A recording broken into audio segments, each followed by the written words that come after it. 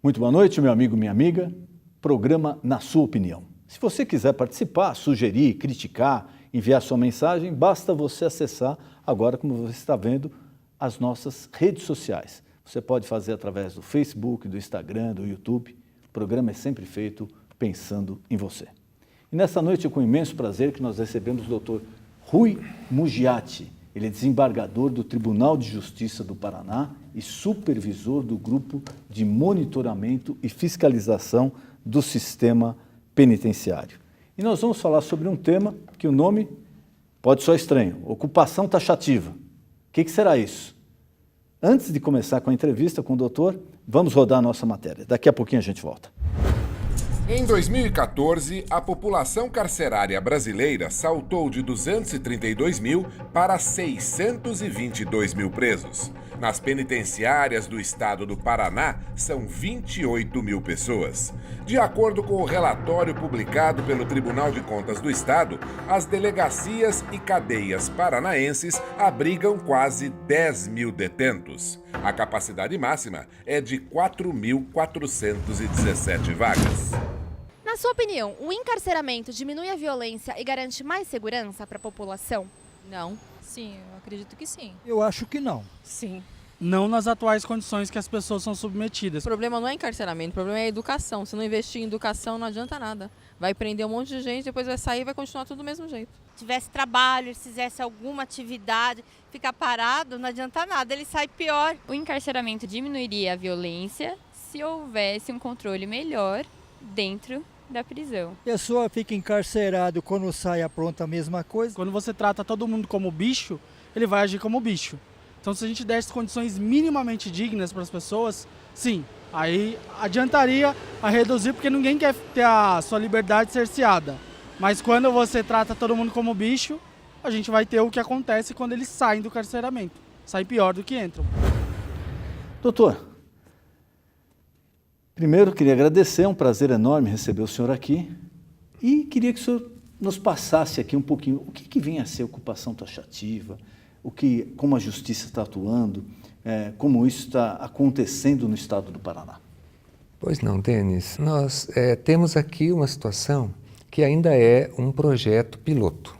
Então, veja, isso está em uma fase experimental e a ideia é, agora, já numa fase de avaliação, estamos avaliando já a experiência para que depois ela possa ser replicada, uma vez que ela seja aprovada nesta avaliação. Mas os resultados são promissores. Nós estamos colhendo bons resultados e isso é o fruto do trabalho de juízes que aderiram ao projeto piloto para nós podermos ver como ele funciona. E a ideia central do projeto é considerar a necessidade de se respeitar o limite do espaço físico. Veja, o espaço físico é alguma coisa que é medida, que é considerada fora da ciência jurídica. O direito, então, os profissionais, os operadores do direito recebem os conceitos a respeito do espaço físico e da sua ocupação de outras ciências, a engenharia, a medicina, a física principalmente. E o projeto, justamente a ideia central dele é que esses conceitos sejam respeitados integralmente, a fim de que os estabelecimentos prisionais possam funcionar, tenham a sua funcionalidade garantida. Porque nós consideramos, e isso é uma constatação, que os grandes problemas do sistema penitenciário têm ocorrido justamente pela desconsideração das leis relativas ao espaço físico, que não são leis jurídicas.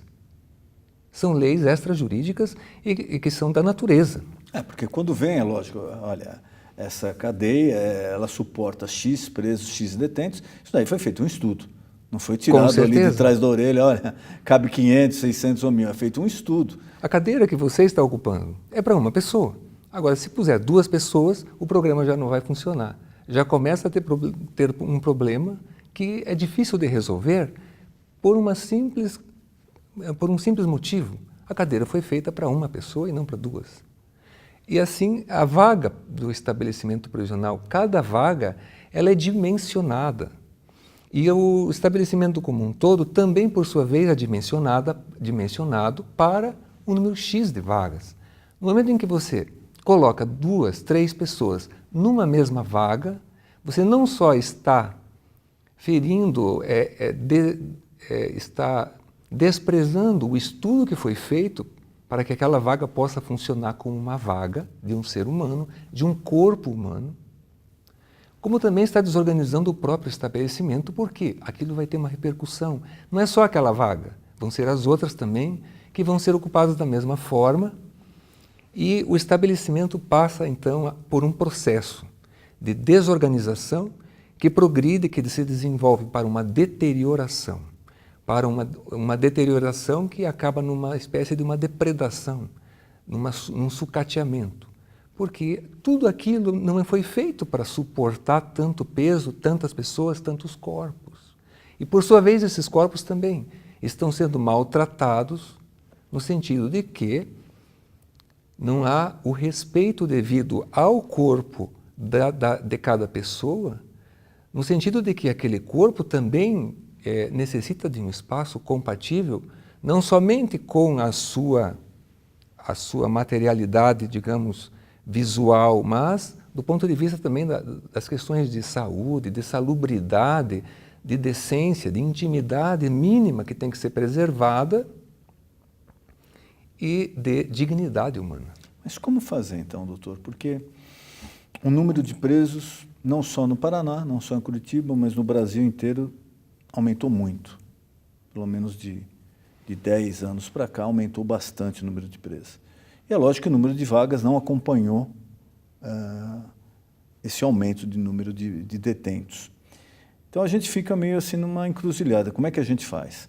Deixar na rua não pode, porque a pessoa já foi condenada, já sofreu um processo legal, ela tem que cumprir a pena pelo crime que ela cometeu, mas também a gente sobrecarrega o presídio, o Estado não investe, por sua vez gera uma insegurança para a própria população, né? Porque no momento que você tem um presídio superlotado, você gera insegurança para a população, porque pode acontecer uma rebelião, fuga, etc., morte, e a insegurança para o próprio detento e a família do detento. Como resolver essa equação, doutor? Essa insegurança não é só nesse aspecto. Eu vejo principalmente no aspecto de como o tratamento se tornou degradante pela falta de espaço e pela falta de tudo o mais que se desorganizou. Não vai haver trabalho, não vai haver estudo, não vai haver uma ocupação. O que vai acontecer? Os índices de reincidência vão se elevar de um modo descontrolado também. É como se fosse um hospital onde as pessoas doentes que entrassem ali, entrassem com uma doença e saíssem de lá com todas as outras, além da sua que não foi curada. Então isso representa a maior insegurança ainda para a sociedade. Por quê? Porque amanhã essa pessoa poderá ser o meu vizinho, o seu vizinho, o vizinho do telespectador. E nós queremos ter vizinhos bons, pessoas responsáveis aos nossos lados, queremos cruzar com pessoas boas nas ruas, nas praças, em qualquer logradouro, à noite, em qualquer hora do dia ou da noite. Então veja, isso é a maior insegurança, porque no que se transformam presídios superlotados? Escolas do crime. Exato. E aí, o Estado investir, gastar dinheiro para sustentar escolas do crime, isso é dar um tiro no pé, é gastar o dinheiro de uma maneira irracional. O que fazer? O caso é que nós temos uma Constituição de um Estado democrático de direito. E isso foi consagrado, foi proclamado na Carta de 1988 sem nenhum resquício de dúvida. Nós nos alinhamos com as nações mais desenvolvidas, mais modernas do ponto de vista jurídico e da civilização. E não podemos abrir mão dessas conquistas, porque são conquistas dos últimos 3, 4 séculos, que representam as grandes conquistas não somente do Brasil ou desses outros países, mas da própria humanidade. Nós estamos acompanhando o melhor que a nossa civilização pôde construir a custo de muito sofrimento e muito sangue. E isso está representado aonde? pela proclamação dos direitos do cidadão e do valor da cidadania. E como a Constituição considera o cidadão, né, como alguém que ao ter que sofrer um processo penal tem para si uma presunção de inocência e que por isso, pelo valor da cidadania que essa pessoa representa, ele, como regra, poderá responder o processo penal em liberdade. Essa é a regra que diz a Constituição, tanto que está lá que todo aquele que for processado e preso durante o processo tem para si, até a condenação definitiva, presunção de inocência. Então nós vemos muitos presos, mas todos com presunção de inocência. É uma incongruência, alguma coisa não está conferindo. A realidade não confere com o que diz a Constituição. E a lei processual penal vem para regulamentar a Constituição. Então, o Código de Processo Penal apresenta em seus artigos todas aquelas normas que falam a respeito de como se processa, como deve acontecer a prisão em flagrante, a prisão preventiva, a prisão cautelar, etc. E, por outro lado, abre o leque das medidas alternativas à prisão, que são justamente aquelas que possibilitam a uma pessoa acusada poder responder em liberdade o processo penal, até que sobrevenha uma sentença penal de absolvição ou de condenação. Por isso que em todas as nações onde esses princípios são aplicados, de um modo geral, e na média, os presos provisórios ficam em torno de 20% do total de presos provisórios e condenados daquele país. Aqui no Brasil é muito maior do que isso. Hoje nós estamos aí superando os 40% e caminhando para os 50%, o que é algo que a Constituição não admite. Os princípios constitucionais não admitem. Há alguma coisa errada. Há um fenômeno que nós podemos chamar de superencarceramento, e que é um processo social, um movimento social, um fenômeno que está acontecendo e que talvez tenha alguma correlação com o fato de nós termos um lugar comum na sociedade, de as pessoas entenderem que prisão significa segurança, que prisão pode devolver à comunidade sentimento de segurança. Denis, veja, se prisão fosse segurança mesmo, de verdade, nunca houve tantos presos no Brasil. Nunca houve. Nós estamos perto de 750 mil presos. Nos últimos 10 anos praticamente dobrou, né, o número. Isso. Então nós teríamos que ter agora o máximo de segurança. E No Paraná também ocorreu esse crescimento, né, nessa proporção? Em todos os estados. Não tanto quanto... No Paraná, não tanto quanto em outros. No Rio de Janeiro, é uma coisa absurda. O Rio, de 7 ou 8 anos para cá, pulou de 25 mil presos no total para 45 mil presos. E lá não existe, falta o espaço, e não se prende muito. E nós vemos o Rio daqui, nós sabemos a situação que ele está. Veja, prisão não significa necessariamente segurança. E isso pode ser ao contrário, pode sair pela culatra. Por quê? Justamente porque, com o uso desenfreado dessa medida, porque a prisão é um remédio, e é um remédio muito forte, com efeitos colaterais também muito fortes. Tanto todos nós sabemos, o telespectador também, a questão de ela se transformar, de ela se tornar uma escola do crime, onde pessoas que entram ali, pessoas que não conhecem todos os meandros do crime, do mundo do crime, e acabam conhecendo essas coisas ali dentro, e isso significa a imersão na cultura da criminalidade. E a questão cultural aqui, ela tem um apelo fortíssimo no sentido de deformar a própria personalidade do sujeito. O senhor falou a ocupação taxativa, e eu achei muito interessante o funcionamento, como está sendo agora empregado. Eu queria que o senhor explicasse ao telespectador como o Estado do Paraná tem lidado com esse assunto. Então, existe esse projeto piloto, que é essa fase experimental, que agora está numa fase de avaliação. mas ela funciona do seguinte modo.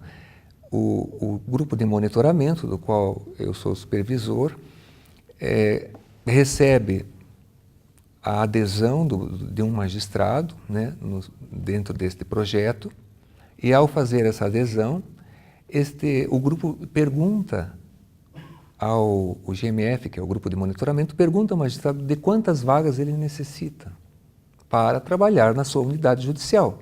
Ele é feito um cálculo, levando em conta a população daquela unidade que é atendida pela unidade, e ele diz um número. E não necessariamente aquele número se torna fixo, ele pode rever, como inclusive aconteceu. Um desses juízes iniciou com 70 vagas, né? Ele pede um número de vagas. Quer dizer, funcionaria mais ou menos como uma ocupação prevista. Isto. O juiz teria ele vai controlar 50 vagas, por exemplo, na vara dele. Ele vai trabalhar com essas vagas. Aí ele vai avaliar quais os casos mais urgentes, menos urgentes, mais graves, menos graves. Ele vai fazer uma revisão contínua dos seus presos. Da mesma forma como são feitas as revisões, mas de modo concentrado, em algumas vezes. No começo do ano, a ministra Carmen Lúcia pediu uma revisão geral no Brasil de todos os presos, especialmente os provisórios. Foi feito um esforço concentrado no Brasil inteiro. Nesse caso aqui, Mendes fez um tempo atrás também. Também, isso, né? No projeto Recomeçar de Novo, né? Então, veja, isso não é algo desconhecido, só que nesse caso a revisão é contínua. E tem um aspecto positivo muito interessante, ela entra na rotina da atividade jurisdicional, e o juiz vai ter condições de conhecer cada vaga e cada preso.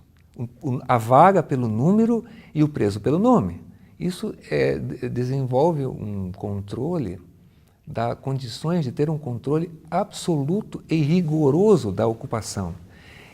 E cada vaga vai acomodar apenas um preso. Inclusive eliminando casos de pessoas que já não deveriam estar mais detidas, mais presas. Com certeza, né? Nós sabemos que isso pode acontecer porque nós estamos diante do fenômeno deste fenômeno do superencarceramento que acaba provocando encarceramento em massa.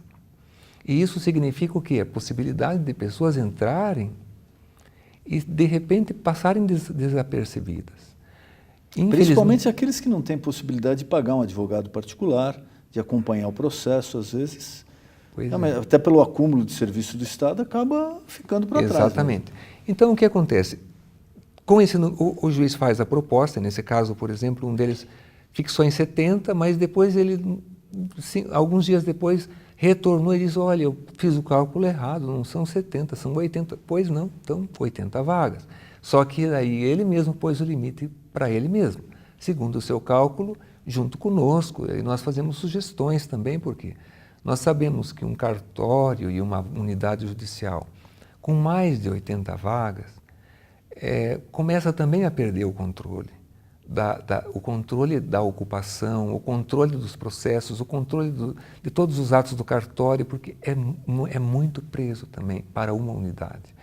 Então, isso faz com que nós possamos dialogar, né, com o magistrado e também fazer sugestões boas para a organização da sua atividade e da sua unidade.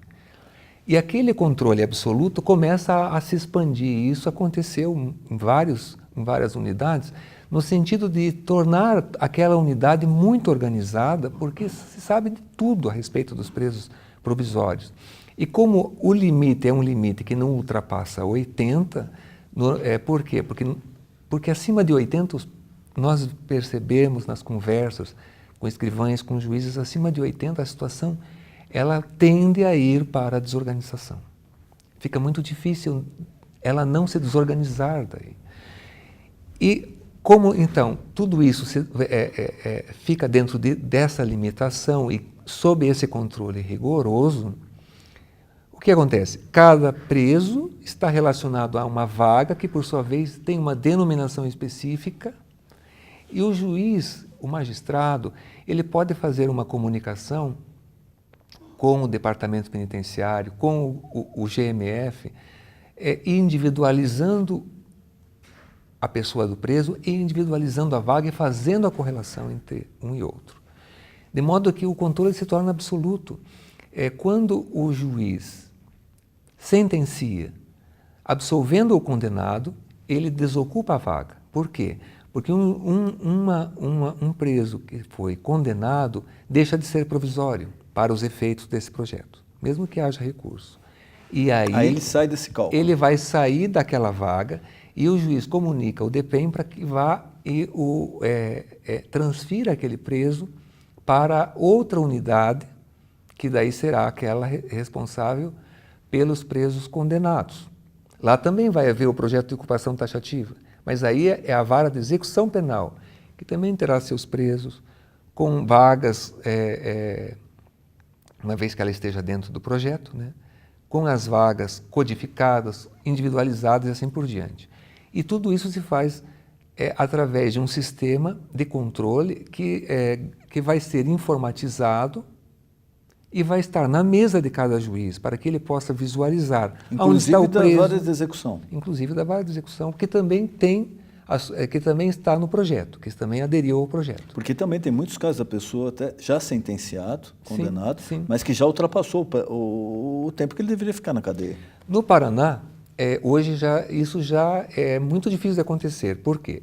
Todos os processos de execução penal já estão informatizados, todos estão cadastrados e o controle é muito grande. E, além disso, em virtude de um projeto que até ganhou o Prêmio Inovar de 1916, da autoria do juiz da primeira vara de execução penal, Dr. Eduardo Lino Fagundes, existe o que se chama de direitos automatizados. Ou seja, através desse modo de controle dos processos e dos direitos, dos benefícios que vão sendo paulatinamente adquiridos por cada detento já condenado na vara de execução penal, o direito é concedido a este preso condenado no dia previsto pela lei de execução penal. Ele recebe o direito de ter reconhecido e efetivado no dia previsto na lei de execução penal. Então, uma vez que esse projeto já existe no Paraná todo, porque a cúpula do Tribunal de Justiça emitiu uma instrução normativa conjunta nesse sentido, todas as varas de execução penal hoje atuam desse modo. Então já não temos esse problema. Então nós temos, de um lado, os presos condenados, e aqui a ocupação taxativa vai ser feita de um certo modo. E de outro lado, os presos provisórios, divididos em unidades judiciais e vinculados aos seus respectivos juízos. E é cada juiz que vai aplicar o projeto de ocupação taxativa, uma vez que ele tenha aderido a esse projeto. Muito bem. Aí a pergunta que você fez agora há pouco, mas e como é que faz com um preso com uma pessoa que precisa ser presa porque o juiz está vendo que é necessário prender? Ele vai ter várias opções. Ele pode, digamos que eu seja esse juiz, então eu posso, em primeiro lugar, fazer uma revisão dos meus presos, porque isso é assim como aconteceu no começo do ano, que a ministra Carmen Lúcia mandou que todo mundo... Isso é algo que pode acontecer a qualquer momento, e neste projeto ele acontece continuamente. Eu faço uma revisão, vou ver aqui, né? Eu fui ontem lá no estabelecimento, porque se eu for do interior, eu posso inclusive estar conhecendo esses presos, se eu for um juiz do interior. Ou então um delegado me falou, ou alguém me fez alguma referência, vi esse preso na audiência. Puxa, esse preso aqui, ele tem família, ele tem uma profissão, será que ele precisa mesmo ficar preso? Vamos ver aqui, eu vou pôr uma tornozeleira nele. Chama esse preso, tem se comportado, converso com ele. Ele é um cidadão. Eu não estou forçando nada, eu estou conferindo a ele um direito constitucional, que foi reconhecido na Constituição. Maior periculosidade. E resolve um problema de uma vaga que precisa de entrar alguém ali que é perigoso, que não pode ficar de fora. Digamos que eu não tenho essa hipótese, eu revi tudo, não pode sair ninguém. Espera aí, tem 3 processos para sentenciar. Vamos ver o que eu faço com eles? Pego o primeiro, esse aqui, esse aqui, o promotor está pedindo absolvição, vamos ver aqui, para absolver mesmo, esse está absolvido. Esse outro, condeno. Esse outro aqui, vou condenar também. Eu abri 3 vagas. Então já sobraram 2 até. E assim vai, as coisas vão evoluindo. Então eu posso pôr uma tornozeleira, eu posso eleger outras alternativas à prisão, a fiança, por exemplo, como nós vemos na questão dos processos da Lava Jato, que às vezes tem fianças até milionárias, às vezes a pessoa paga, não paga, etc., o pessoal fica acompanhando. Porque a prisão não é a regra é responder o processo em liberdade. Ou então eu não encontrei São medidas nenhuma... excepcionais, né? Antes de uma condenação. Exatamente. Porque isso, vejam bem, não é isso que todos os países estão fazendo. E vamos lembrar, prisão não significa necessariamente segurança. Agora vamos imaginar que eu não encontrei nenhuma dessas opções. Puxa, eu já tinha revisto ontem, né? E agora está faltando. O que eu faço? Eu não posso deixar essa pessoa sem prender. Eu vou ao GMF, faço uma comunicação rápida. Olha, eu preciso de uma vaga adicional. Pois não. Você tem essa vaga aí por 30 dias, está bom para você? Está bom para mim, porque depois eu faço as revisões mais tarde. Me dá essa vaga aqui, daqui 30 dias eu devolvo. Ótimo, então tá bom, está combinado. Eu recolho essa vaga, recolho esse preso e vamos continuar a vida, o trabalho do dia a dia. Assim funciona o projeto na unidade judicial. Veja, nesses 6 a 8 meses que vários juízes participaram, nós não tivemos nenhum pedido de vaga adicional. O único pedido de vagas a mais foi aquele juiz de quem eu lhe falei, que saiu de 70 para 80, mas porque o cálculo foi errado. O cálculo inicial estava errado. O cálculo inicial, a proposta dele foi feita de modo errado. Ele falou, olha, eu fiz uma proposta errada. Quando você vai lá, eu paguei 10 a mais aqui, você ficou com 10 a mais meu, você pode me devolver? Gera um crédito. Exatamente, tem esse crédito, pode ficar à vontade. Existem até outras opções. Nós somos 2 juízes, e você chega para mim, puxa, estou com vaga sobrando lá, não sei o que aconteceu, meus presos não estão ficando, e eu absolvi um tanto lá, houve um júri, o júri absolveu, o júri é o povo que absolve, hein? Lógico, é o povo. Absolveram 4 réus, estou com vaga sobrando. Puxa, você não quer me emprestar as tuas vagas? Estou meio apertado aqui, estou precisando agora. Eu te devolvo daqui 20 dias. Pois não. Então é como se fosse um cartão de crédito, né? E o próprio juiz é que vai monitorando o seu limite. E se precisar de mais limite, fala com o GMF. Então, veja, é uma situação tão confortável e assim, interessante do ponto de vista de que ele empodera o juiz, porque transforma o juiz no próprio controlador da situação dos presos da sua unidade, não diz seus presos, né? Dos presos da unidade judicial, que hoje nós sabemos que isso não há possibilidade, porque a situação do sistema penitenciário é tão desorganizada que nem o próprio sistema penitenciário consegue essa organização. Então a organização vem de baixo para cima e ela vem muito forte daí. E você veja, um dos juízes até, publicamente, nos remeteu um ofício e ele nos falou que nós poderíamos falar desse ofício em qualquer lugar, né? E eu faço questão de mostrar, né? Dizendo o seguinte, pelo presente, extraído dos autos tais de inspeção carcerária, ele foi inspecionar. Ele é um juiz corregedor da Delegacia de São José dos Pinhais. Cumpre-me elogiar o GMF pela adoção do projeto Números Clausus, iniciativa sem precedentes para a redução dos graves problemas carcerários enfrentados em nossos dias, merecendo todos os elogios por parte deste corregedor dos presídios.